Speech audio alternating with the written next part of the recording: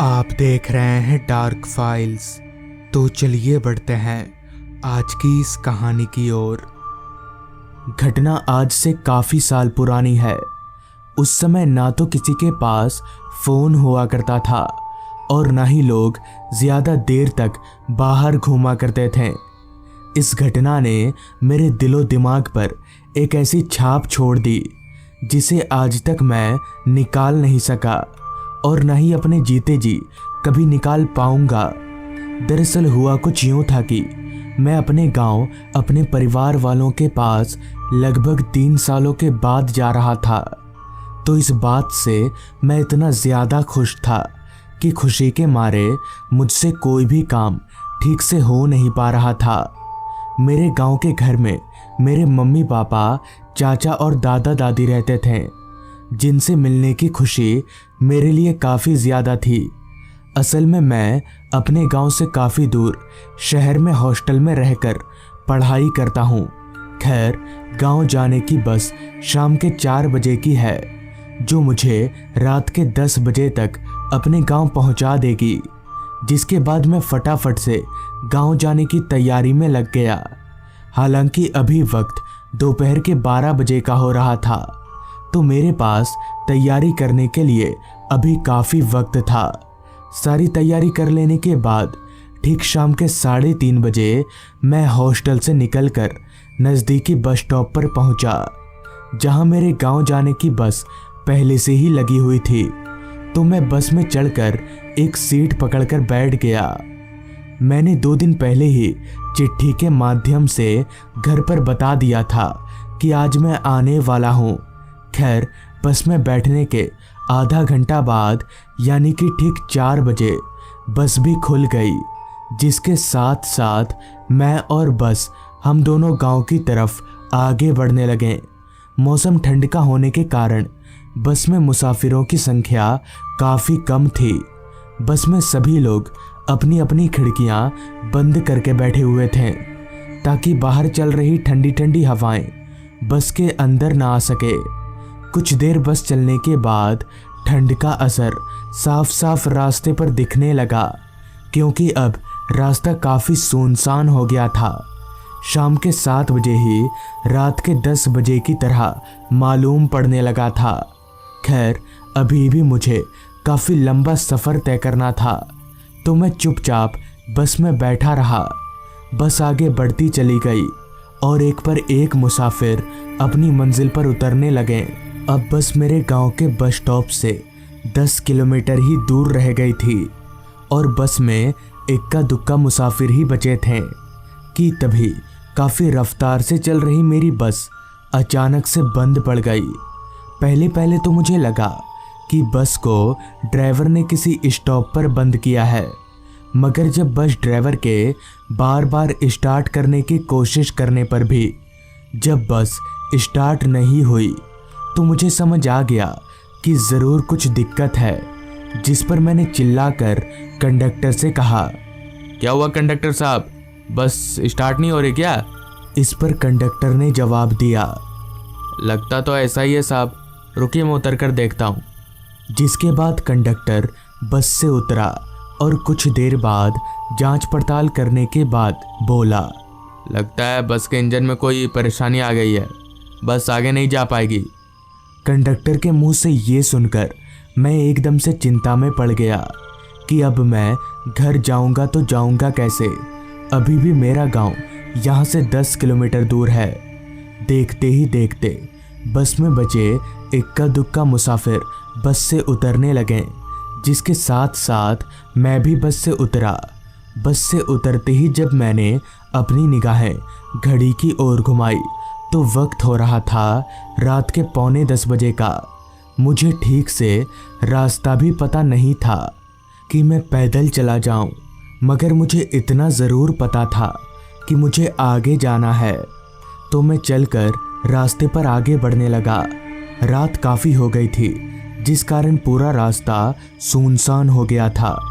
दूर दूर तक उस रास्ते पर मुझे मेरे अलावा और कोई इंसान तो दूर, जानवर तलक भी दिखाई नहीं पड़ रहा था। रास्ता इतना वीरान था कि रास्ते के किनारे झाड़ियों से आ रही रात कीड़ों की आवाज़ें उस माहौल को और भी ज़्यादा सुनसान बना रही थी। अंधेरे ने तो इस कदर उस रास्ते को घेर कर रखा था कि मानो ये रास्ता इस दुनिया में ही ना हो। अंधेरे के कारण आगे का रास्ता भी मुझे साफ साफ दिखाई नहीं पड़ रहा था। खैर, अभी मैं किसी तरह से आगे बढ़ ही रहा था कि तभी अचानक किसी ने पीछे से मेरे कंधे पर हाथ रखा। तो अपने कंधे पर किसी के हाथ को महसूस करके मैं एकदम से चौंक गया कि भला इतनी रात गए इस वीरान रास्ते पर कौन होगा। मैं झट से पीछे मुड़ा तो मैंने देखा कि मेरे पीछे एक आदमी खड़ा है। इस पर मैंने उस आदमी से कहा, क्या बात है भाई साहब? मेरे पूछते ही उस आदमी ने जवाब दिया, आप नीलपुर गांव जा रहे हैं ना? मैं भी उधर ही जा रहा हूँ। उस आदमी के मुंह से ये सुनकर मेरी चिंता कम हो गई। इस पर मैं उस आदमी से बोला, हाँ, मैं नीलपुर गांव ही जा रहा हूँ। जिसके बाद हम दोनों आपस में बात करते हुए आगे बढ़ने लगे। आगे बढ़ते वक्त मैंने उस आदमी से पूछा, आप नीलपुर गांव में कहाँ रहते हैं? तो इस पर उस आदमी ने जवाब दिया, मैं नीलपुर गांव में नहीं बल्कि नीलपुर गांव के काफ़ी पहले एक शमशान में रहता हूँ। उस आदमी की ये बात मुझे काफ़ी अजीब लगी कि भला कोई इंसान शमशान में कैसे रह सकता है। खैर, मैं उस बात पर उतना ध्यान ना देकर आगे बढ़ने लगा। आगे बढ़ते समय मैंने एक बात पर गौर किया कि वो आदमी कुछ अजीब ढंग से चल रहा था। वो आदमी काफ़ी धीरे चलकर भी मुझसे बार बार आगे निकल जा रहा था। अभी हमने लगभग आधा सफ़र तय किया ही था कि वो आदमी रुक गया। तो उसे इस तरह अचानक रुकता हुआ देख मैंने उससे रुकने का कारण पूछा। तो उस आदमी ने कहा, मेरा शमशान आ गया भाई साहब, अब आगे का सफ़र आप अकेले ही तय करना। उस आदमी के इतना बोलते ही मैंने जब रास्ते के किनारे देखा तो हाँ, सच में रास्ते के किनारे एक शमशान था। जिसके बाद वो आदमी चलकर उस शमशान के अंदर जाने लगा। मुझे भी अब अकेले घर जाना था तो मैं समय जाया ना करके अकेले ही घर की तरफ आगे बढ़ने लगा। अभी मैं 2 कदम बढ़ा ही था कि तभी पता नहीं मुझे क्या हुआ जो मेरा मन एक बार पीछे मुड़कर उस आदमी को देखना चाहा। तो मैं जैसे ही पीछे मुड़ा तो पीछे का नज़ारा देखकर मेरे होश उड़ गए, क्योंकि अब मेरे पीछे कोई नहीं था। तो आखिर वो आदमी इतनी जल्दी गया तो गया कहाँ। अब मुझे लगने लगा था कि ज़रूर दाल में कुछ काला है। जिसके बाद मैंने अपने चलने की रफ्तार काफ़ी बढ़ा दी। ऐसे ही कुछ आगे जाने के बाद मुझे रास्ते पर एक आदमी खड़ा दिखा। तो मैं चलकर जब उस आदमी के थोड़ा करीब गया तो मैंने देखा कि वो आदमी कोई और नहीं बल्कि मेरे चाचा थे। इतनी रात गए इस सुनसान रास्ते पर चाचा को देखकर मैं चौंक गया और चाचा से कहा, अरे चाचा, आप इतनी रात गए यहाँ पर क्या कर रहे हैं? इस पर चाचा ने कहा, मैं तुझे ही लेने आ रहा था। जिसके बाद मैंने अपनी पूरी आप बीती चाचा को बताई। तो चाचा ने कहा, वो आदमी भूत है। आज से कुछ दिनों पहले उस आदमी का इसी रास्ते पर एक्सीडेंट हो गया था। तब से हर रात उस आदमी की आत्मा भटकती रहती है। चाचा की ये बात सुनकर मेरा शरीर डर के मारे जोर जोर से कांपने लगा। मगर एक बात और मेरे जहन में खटकी कि चाचा को आखिर पता कैसे चला कि मैं पैदल आ रहा हूँ। इस पर मैंने अपने मन ही मन में कहा, अच्छा, घर जाकर चाचा से पूछ लूँगा आराम से। जिसके बाद मैं और चाचा घर की तरफ आगे बढ़ने लगे। कुछ दूर चलने के बाद हम अपने गांव वाले रास्ते पर पहुँचे। तो गांव वाले रास्ते पर आते ही चाचा ने कहा, सुधांशु, तू घर चल, मैं थोड़ा काम करके आता हूँ। इतना बोलकर चाचा दूसरे रास्ते पर चलते बने। जिसके बाद मैं चलता हुआ अपने घर के करीब पहुँचा। तो घर के करीब पहुँचते ही मैंने देखा कि 2-3 लोग मेरे घर के बाहर बैठे हुए हैं। मगर इतनी रात गए इतने लोग मेरे घर के बाहर क्या कर रहे हैं, ये सोचकर मैं हैरान हुआ और भागता हुआ घर के अंदर गया।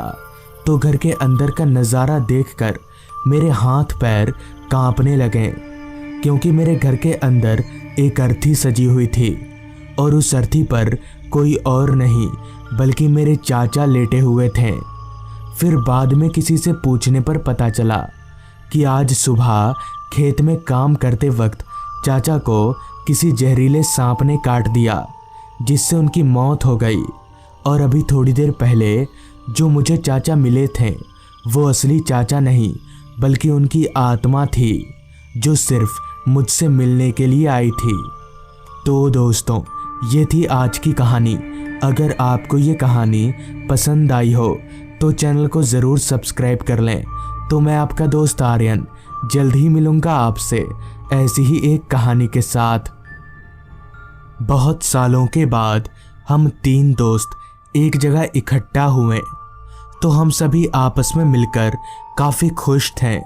दरअसल हम तीनों दोस्त दूसरे शहर में रहकर काम किया करते हैं, लेकिन इस बार हम तीनों साल के आखिरी सप्ताह में अपने अपने कामों से छुट्टी लेकर घर आए हैं। तो मैंने अपने दोनों दोस्तों को आज रात खाने पर बुलाया है।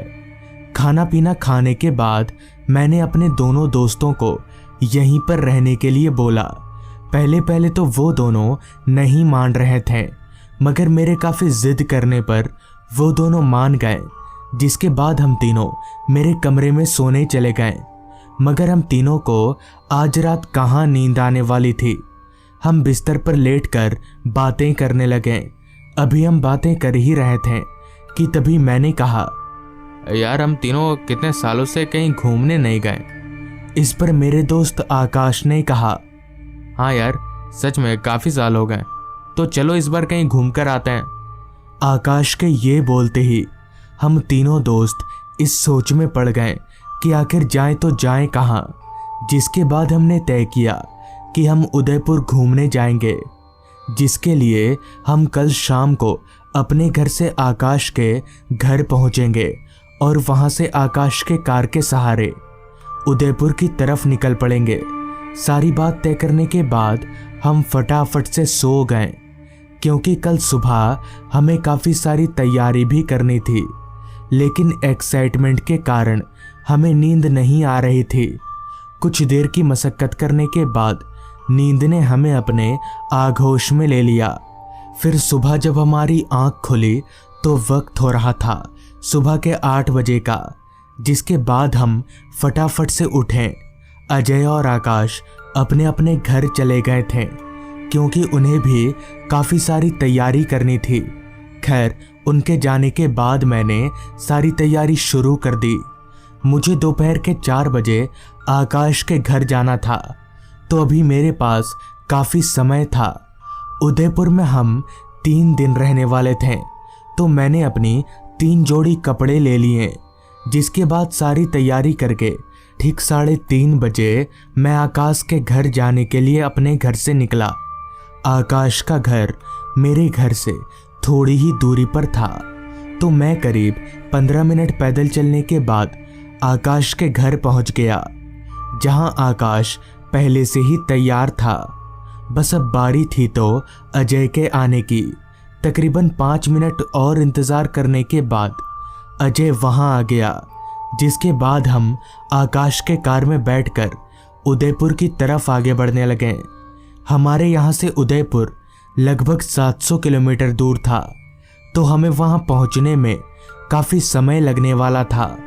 लेकिन भले की बात तो ये थी कि हम 3 जन थे, तो बातें करते करते समय और सफ़र का पता ही नहीं चलेगा। और ठीक ऐसा ही हुआ। बातें करते करते कब 2 घंटे बीत गए पता ही नहीं चला। अब हम काफ़ी आगे आ चुके थे और अब आसमान में भी दिन के उजाले की जगह रात के अंधेरे ने ले ली थी और वक्त हो रहा था रात के 7 बजे का। इस पर मैंने अपने दोस्त आकाश से कहा, आकाश, हम लोग रात को किसी होटल में रुक जाते हैं, रात को कार चलाना सेफ नहीं रहेगा। इस पर आकाश ने कहा, अच्छा ठीक है, रात को हम किसी होटल में रुक जाएंगे। जिसके बाद हम वापस से आगे बढ़ने लगे। कुछ देर और कार चलाने के बाद रास्ता भी एकदम सुनसान हो गया। साथ ही अंधेरे ने तो पूरे रास्ते को इस कदर घेर लिया था कि हमारी हेडलाइट की रोशनी भी उस अंधेरे के सामने ना के बराबर मालूम पड़ रही थी। रास्ता इतना सुनसान था कि कार के अंदर बैठकर ही हम बाहर की खामोशी को महसूस कर पा रहे थे। कुछ देर और चलने के बाद हम एक लंबे रास्ते पर पहुंचे। उस रास्ते के दोनों ओर दूर दूर तक हमें घने जंगल ही दिखाई पड़ रहे थे। ये पहले वाले रास्ते से भी ज़्यादा वीरान रास्ता था, जिस कारण आकाश ने कार को काफ़ी रफ्तार कर दिया और बहुत ही तेज़ी से उस रास्ते को कार से निकालने लगा कि तभी हमें किसी के रोने की आवाज़ सुनाई पड़ी। उस आवाज़ को सुनकर हम एकदम से हैरान हो गए कि भला इतनी रात को इस वीरान रास्ते पर कौन रो रहा होगा। मगर फिर भी एक बार हम तीनों ने कार रोककर खिड़की से बाहर देखा तो बाहर हमें कोई नहीं दिखा। जिसके बाद हम वापस से कार स्टार्ट करके आगे बढ़ने लगे, लेकिन वो रोने की आवाज़ हमें अभी भी साफ तौर पर सुनाई पड़ रही थी। कुछ दूर आगे जाने के बाद हमें रास्ते के किनारे एक आदमी बैठा हुआ दिखा और साथ ही वो आदमी रो रहा था। उस आदमी को देखकर हम तीनों समझ गए कि यह रोने की आवाज़ इसी आदमी की थी। मगर साथ ही साथ हमें एक और बात हैरान करने वाली लगी कि अगर ये आदमी यहाँ बैठकर रो रहा है तो इसके रोने की आवाज़ हमें इतने पीछे से कैसे सुनाई पड़ रही थी। खैर, अभी मैं हैरानगी भरी नज़रों से उस आदमी को देख ही रहा था कि तभी आकाश ने कहा, लगता है ये आदमी कोई मुसीबत में है, हमें इसकी मदद करनी चाहिए। लेकिन मुझे आकाश की ये बात ठीक नहीं लगी, क्योंकि ये आदमी कोई गलत इंसान भी हो सकता था, मगर ये भी हो सकता है कि सच में वो कोई मुसीबत में हो। ये सोचकर मैंने आकाश को बाहर जाने से नहीं रोका। जिसके बाद हम तीनों कार से उतरकर उस आदमी के पास गए। उस आदमी के पास खड़े होते ही आकाश ने उस आदमी से कहा, क्या बात है भाई साहब, आप रो क्यों रहे हैं? इस पर उस आदमी ने कुछ कहा तो नहीं, बस सामने की तरफ हाथ का इशारा कर दिया। हमें समझ नहीं आ रहा था कि वो आदमी रो क्यों रहा है और हमें क्या दिखाने की कोशिश कर रहा है। इस पर आकाश ने दोबारा उस आदमी से कहा, आगे क्या है और क्या दिखाना चाह रहे हैं आप हमें? आकाश के इतना बोलते ही वो आदमी उठा और अपने हाथ के इशारे की तरफ आगे बढ़ने लगा। हम भी उस आदमी के पीछे पीछे चल रहे थे, मगर हमें कहाँ पता था कि हम कितनी बड़ी मुसीबत की तरफ आगे जा रहे हैं। कुछ दूर उस आदमी के साथ पीछे पीछे चलने के बाद हमें रास्ते पर एक साइकिल पड़ा हुआ दिखा, जो कि बहुत टूटा फूटा था। ये देखकर हम समझ गए कि इस साइकिल का एक्सीडेंट हुआ है। अभी हम इधर उधर देख ही रहे थे कि तभी हमें रास्ते के एक किनारे पर कोई शख्स पड़ा हुआ दिखा। वो आदमी औंधे मुँह ज़मीन पर गिरा हुआ था, इसलिए हम उसका चेहरा नहीं देख पा रहे थे। तभी हम दौड़कर उस आदमी के पास गए और ऐसे ही हम उस आदमी को अपनी ओर पलटें तो पाया कि ये वही आदमी है जो हमें यहाँ तक लेकर आया था। ये देखकर हमारे होश उड़ गए। इतने में ही वो लाश अचानक से गायब हो गई और साथ ही साथ वो आदमी भी जो हमें यहाँ तक लेकर आया था। ये देखकर हम समझ गए कि ये कोई इंसान नहीं बल्कि भूत है। जिसके बाद हम भागते हुए कांपते कदमों के सहारे अपनी कार के अंदर आए और काफ़ी रफ्तार से कार भगाकर आगे बढ़ने लगे। जिसके बाद हमने कार को एक छोटे से चाय की टपरी पर रोका और उस चाय वाले को पूरी बात बताई, जिस पर उन्होंने बताया आज से कुछ दिन पहले रात के वक्त वो आदमी साइकिल लेकर घर वापस लौट रहा था कि तभी उस आदमी का एक ट्रक से एक्सीडेंट हो गया और वो आदमी वहीं मर गया। तब से उसी की आत्मा वहाँ भटकती है।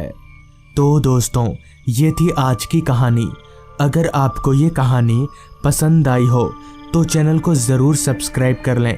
तो मैं आपका दोस्त आर्यन जल्द ही मिलूँगा आपसे ऐसी ही एक कहानी के साथ।